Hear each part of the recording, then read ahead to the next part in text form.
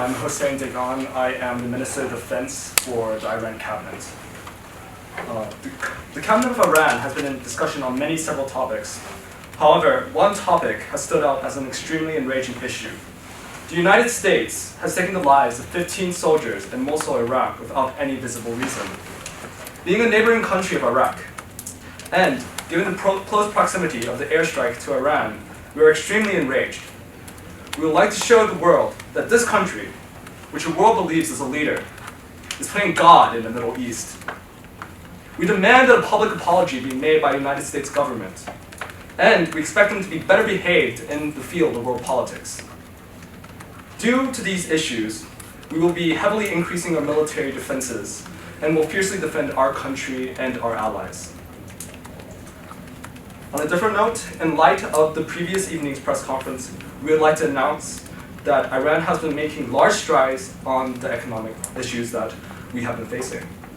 We have been discussing many possible futures for our country and are rapidly approaching conclusions and solutions for these issues. Finally, we would like to reiterate that we are a member of the Middle East and support the Iranian and Shia people, and we strive for global cooperation. Thank you.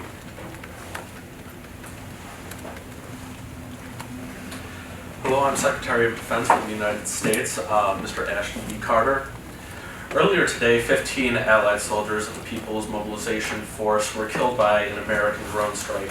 A technical malfunction caused the missile in question to land 132 yards south of the intended target of an ISIS stronghold, causing the subsequent deaths of the 15 allies.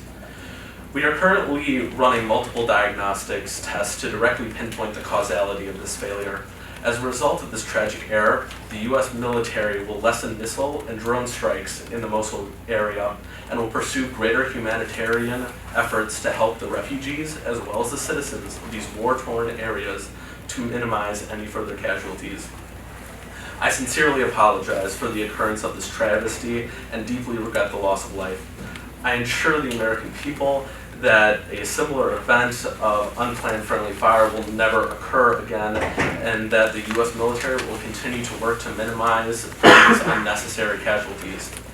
In regard to the recent hack, the Department of Justice is looking into the validity of the hack and will release a full statement at a later date. In regard to North Korea, the United States is currently in deliberation on how to react to their new nuclear missiles. However, we strongly condemn their actions and maintain our position of non-proliferation and disarmament. Good evening. I am Sergei Shoigu, the Defense Minister of the Russian Federation. I have a statement from the Kremlin. Russia intends to do all it can to fight against terrorism. The fight against terrorism not only extends to combating the forces of the so-called Islamic State. It also includes all those whose aim is to threaten and to destabilize legitimate governments, including the legitimate government of Syria.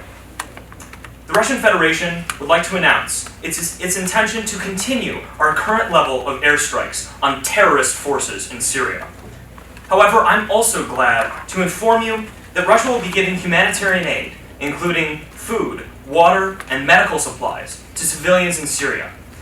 That aid will be distributed by the legitimate government of Syria. We hope that, as this brutal civil war winds down and comes to an end, Russia can do its part in reestablishing stability in the region and ending the scourge of terrorism from the Middle East and from the world. On another note, in response to the recent joint actions in the South China Sea, Russia reaffirms its commitment to a diplomatic solution to those tensions there. And finally, Russia will be offering its assistance to the nation of Sudan, which has suffered a horrible drought, in the form of hand-picked, well-trained advisors that can help rebuild that nation's economy, both in the short and the long term. Thank you very much.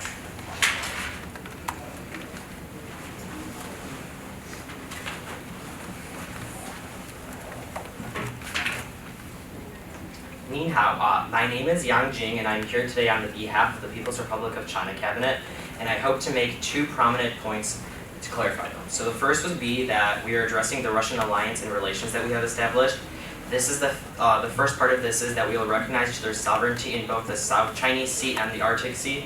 And our second part will be economic incentives on the behalf of each other, which will help to stimulate market economy and promote further growth. The second point objective that I'd like to make today is the relations with North Korea that we are having today.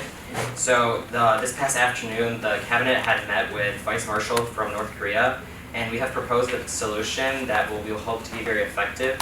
And North Korea has been very responsive and is open to negotiations, which will hopefully be very successful. Thank you.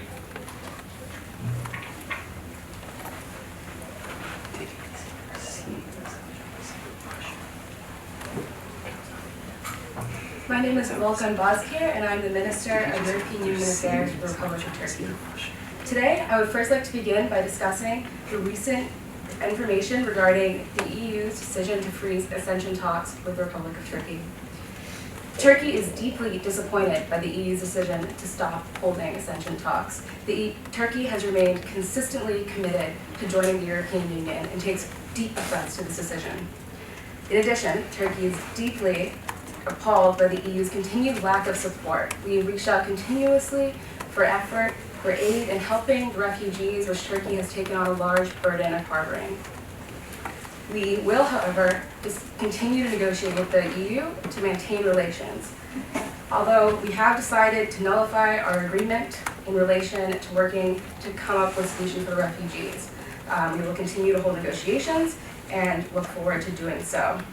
The second point I'd like to talk about is the recent attack in Istanbul. As we are all aware, Turkey suffered a tragic event today in which nearly 30 individuals lost their lives. We have launched an investigation and have leads as to who may be responsible for this. We promise the international community that we will handle this appropriately. And lastly, we would like to offer Iran our deepest sympathies as we deal with this troubling time. Thank you.